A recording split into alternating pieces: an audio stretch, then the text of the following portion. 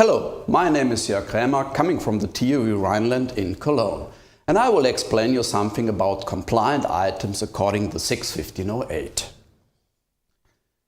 Here we see a PLC which contains typically digital and analog I/O, power supply, and in the CPU you can find the hardware, logicware, for instance here the FPGAs, software, that means operating systems, runtime system and communication. Here we have safety communication to other I/Os or other PLCs. In addition, we have here the programming and configuration tools. Programming configuration tools which have also an influence to the safety to your application. And last but not least here, the offline development tools like compilers and linkers. In the hardware, we have to consider the systematic capability and the hardware integrity. Systematic capability means we have to avoid systematic faults in this development phase in the hardware design, for instance because of the wrong dimensioning of components, and we have to consider the hardware integrity.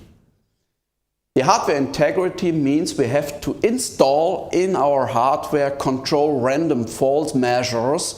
For instance here failures due to the aging have to be controlled. In software we consider only the systematic capability because software has no random faults. Software have only the systematic faults and this have to be avoided. The typical systematic fault is a software bug, for instance an endless loop. And what you have to do is then you have to make a disassembling of your complete system in several elements. Each element is a part of the safety system, and an element, according to the 61508, can be hardware, software and the logicware.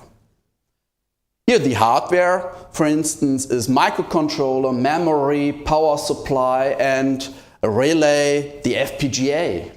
And the software we're talking about, for instance here the operating system, the runtime system and the communication stacks. And the logicware, the FPGA or IEC6, you have often that soft core and intellectual properties. So you can say PLC, a safety PLC, is among of bricks with each element in form here of a brick.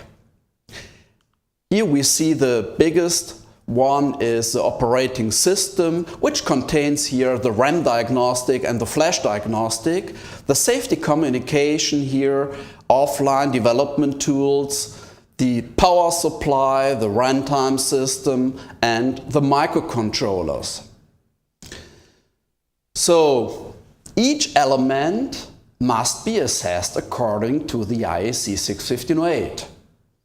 And my experience are, that is what I see in a lot of companies as an assessor for that safety PLCs, that the developers develops again and again the same things. That cost a lot of time and money, yes? So the more elements in the safety system you have, the more has to be assessed, the longer it takes and yes, the more it costs. And what can we do to reduce that effort in case an element shall be used in many applications? So the solution could be the compliant item. Properties of a compliant item is all fault avoidance measures are used during the development time.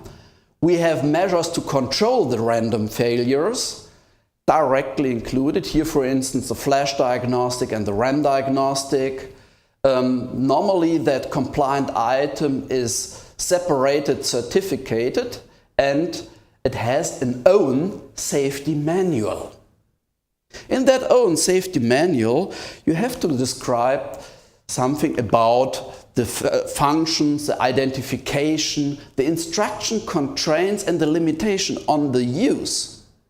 The failure modes, the failure rates, if you have a hardware compliant item, the description of the interfaces to other compliant item or to other technologies, and additional actions on the user side. So the instructions of the safety manual are essentially for a correct and safe implementation. Yes, you can say the safety manual is the user interface to the user, from the compliant item to the user. Sometimes you think you have finished your development and now it is completely finished, your compliant item, but somebody is coming and asking for some modifications. That is not so easy then if you have a compliant item, because each modification leads to loss of a compliant item status.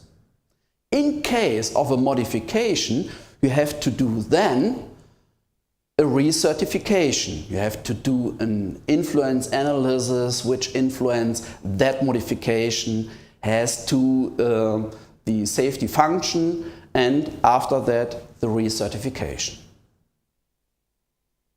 So the benefits of the compliant items are it can be used over and over again in some applications, and the compliant item does not need to be assessed again.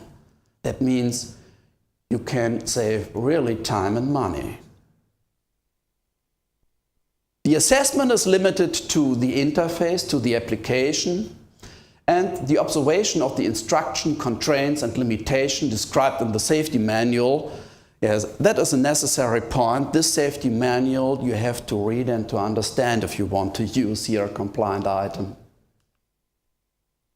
Possible applications in that DREAMS projects for compliant items are a hypervisor, safety communication protocol stacks, the operating system, interface drivers, and the intellectual properties, for instance, for the FPGAs.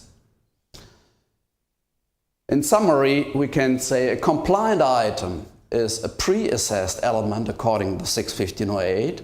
The safety manual describes the interfaces between this compliant item and the application. The instructions, constraints and limitations in the safety manual have to be observed for safe use, and a compliant item must not be modified in the application.